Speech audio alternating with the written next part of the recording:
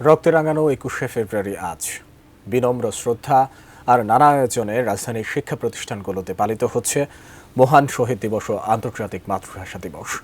প্রভাত ফেরি, পুষ্পস্তবক অর্পণ আর বর্ণিল সাংস্কৃতিক অনুষ্ঠানের মধ্য দিয়ে নতুন প্রজন্মের মাঝে ছড়িয়ে দেওয়া হচ্ছে ২১এর চেতনা। বিস্তারিত রবিউল ইসলাম রবির রিপোর্টে।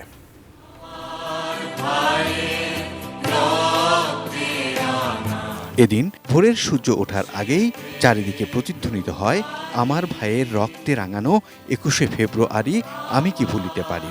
খালি পায়ে আর শোকের প্রতীক সাদা কালো পোশাকে, হাতে পুষ্পস্তবক নিয়ে শিক্ষার্থীরা সারিবদ্ধভাবে এগিয়ে চলে শহীদ মিনারের দিকে।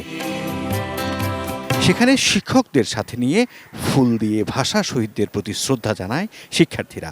শেষে শহীদদের আত্মার মাগফিরাত কামনায় করা হয় দোয়া। কোমলমতি শিশুদের জন্য আয়োজন করা হয় চিত্রাঙ্কন ও আবৃত্তি প্রতিযোগিতা। প্রভাত ফেরি, প্রভাত ফেরি, আমায় নিবে সঙ্গে, বাংলা আমার বচন, আমি জন্মেছি এই বঙ্গে। আজকে দিনটা আমরা অনেক সুন্দর করে উপভোগ করছি, খুব শৃঙ্খলভাবে, খুবই সুন্দরভাবে উপভোগ করছি। টিচাররা আমাদের বাচ্চাদের খুব ভালোভাবে গাইডলাইন করছে, অনেক ভালো লাগছে আজকে আর কি। অন্যদিকে বড়দের ক্যানভাসে ফুটে ওঠে ৫২-র সেই উত্তাল রাজপথ আর মিছিলে পুলিশের গুলিবর্ষণের গ্রাফিতি। সেই সাথে চলে ৫২-র চেতনা নিয়ে যুক্তিতর্কের বিতর্ক প্রতিযোগিতা।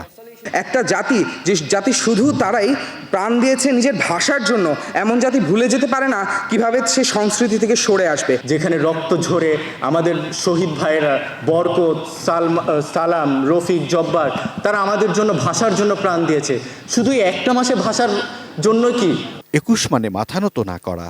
সেই চেতনা কেবল একটি বিশেষ দিনের জন্য নয়, বরং সারা বছর শিক্ষার্থীদের হৃদয়ে জাগ্রত থাকুক, এটাই প্রত্যাশা সবার।